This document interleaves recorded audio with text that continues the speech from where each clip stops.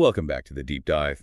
As always, you gave us the research stack, and we are here to, well, to pull out the Two essentials. things you actually need to know. Exactly. And today, we're taking a bit of a scalpel, I guess, to dating dynamics. We're hmm skipping right over the big, loud, obvious red flags, the ones that basically scream at you, and we're getting into these secret psychological tactics. Right, and they're designed to reveal these really deep fundamental character traits, but early on. So the material you shared with us outlines 4 of these surprisingly subtle tests. Yeah, and they're not just, party tricks or something. They're actually strategic observation methods. They're rooted in some pretty solid psychological principles. So they create these small moments of friction or avoid. Exactly, avoid. And that forces a genuine response. It can expose things like poor coping skills, controlling tendencies, even narcissism, long before you're in too deep emotionally. Okay, so our mission today is to unpack these 4 specific behavioral gauges.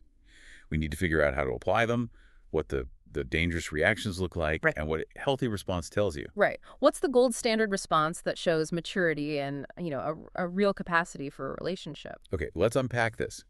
Specifically, these 4 powerful tests for early detection. What's so interesting about these is how a really minimal stimulus can trigger a maximal reaction. You don't need some huge staged event. Just the small things. It's the small things. It's the fact that when a person's just a little bit off balance, their true character defaults they just surface. Okay, let's jump into the first one. The first secret weapon, as the research calls it, is all about flexibility under a little bit of pressure. It's called the minor stress test. Hmm. And the idea is that you intentionally introduce a small, manageable stressor very early on, like a first couple of dates, maybe the first week. And it has to be low stakes. That's key. Yeah. But disruptive enough to test their equilibrium. The examples in the sources were perfect for this.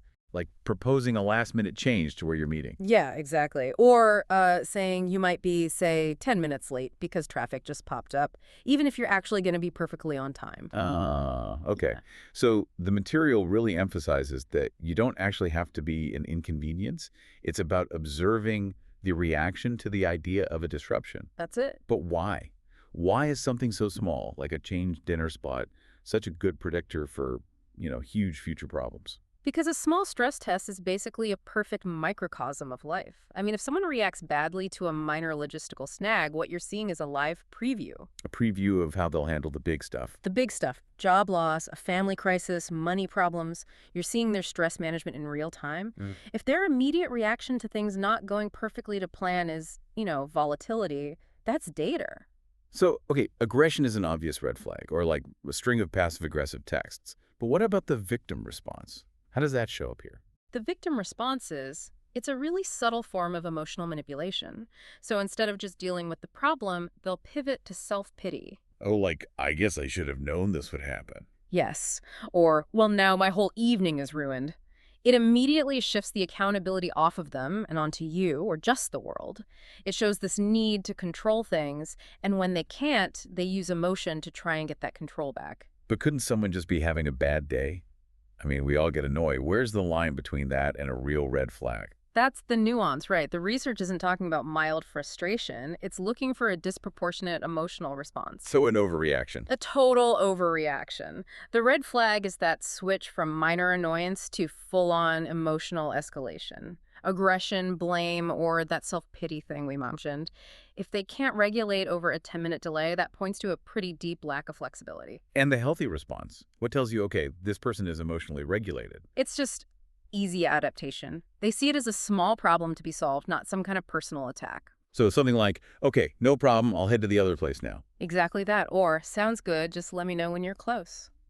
It shows they're secure. They can handle a tiny setback without needing to make someone else pay for it. This is where it gets really interesting for me. We go from that external pressure test to something more about internal security. Tactic 2, the silence fill test. Right. If the stress test is an external gauge, this one is like an internal mirror. It gets at their emotional self-sufficiency. And the tactic here is to intentionally create a void.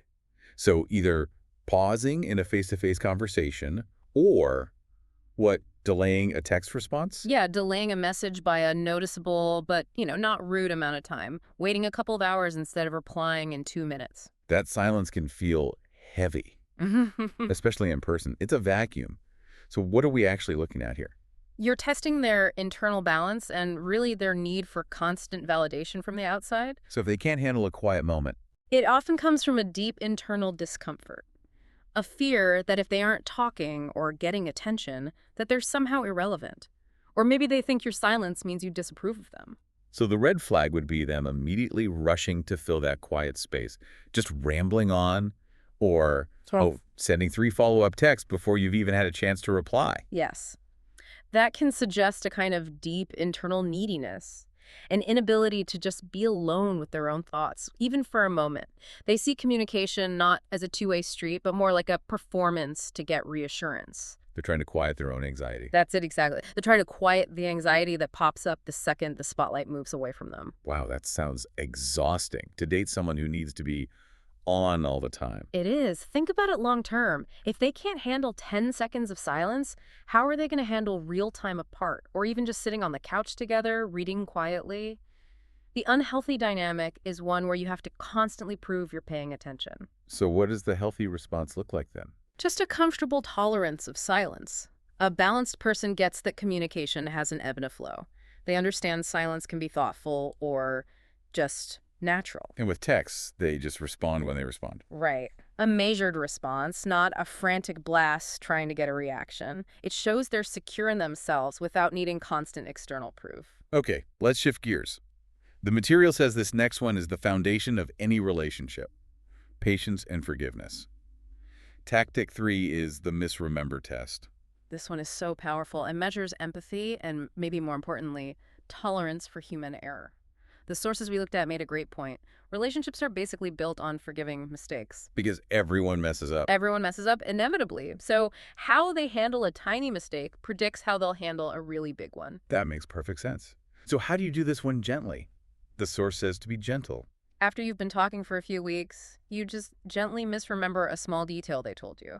So maybe they said they love hiking, and you ask them if they still enjoy rock climbing. Or you confuse their old job with something similar. Yeah, you just state it incorrectly as part of a normal, casual conversation, and then you watch. And you're observing the intensity of their correction. Yeah. So what's the big glaring red flag here? It's immediate disproportionate anger or blame or mockery.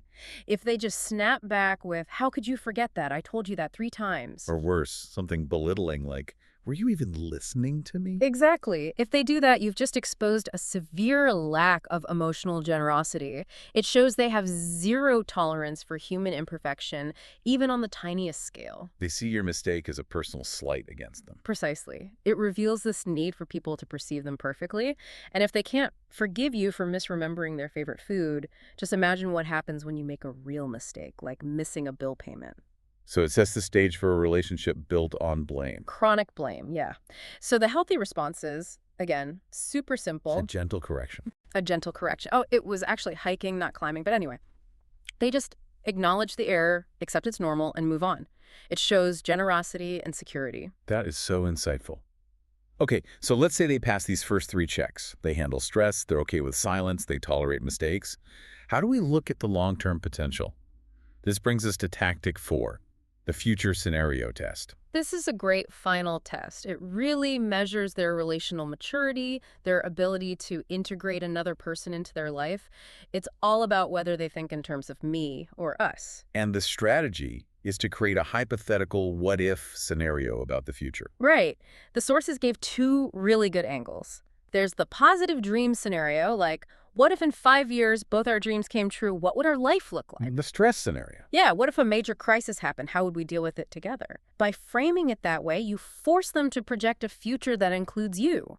And their immediate response, the language they use, is so revealing. And the red flag here is just pure self-absorption, where they basically erase you from the picture. That is the classic sign of a selfish or narcissistic relational style.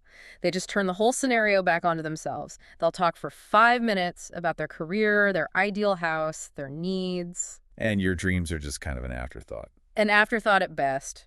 Or maybe a logistical problem they have to solve to get what they want. They can't naturally think of a collaborative future. They use the word I constantly. So, for example, they might say something like, well, if you went back to school, I'd have to figure out how to manage my schedule around that. Exactly. They see you as a supporting character in their movie, not a co-star with your own plotline. Right. It just reveals a fundamental lack of flexibility when it comes to long-term compromise. And the healthy response is the opposite. It's a spontaneous effort to weave your lives together. Right. A healthy partner immediately starts building a shared future. They speak in we terms. It's natural, it's consistent. They integrate your goals, they ask questions. It shows they see the future as a shared project, not their solo show. Wow.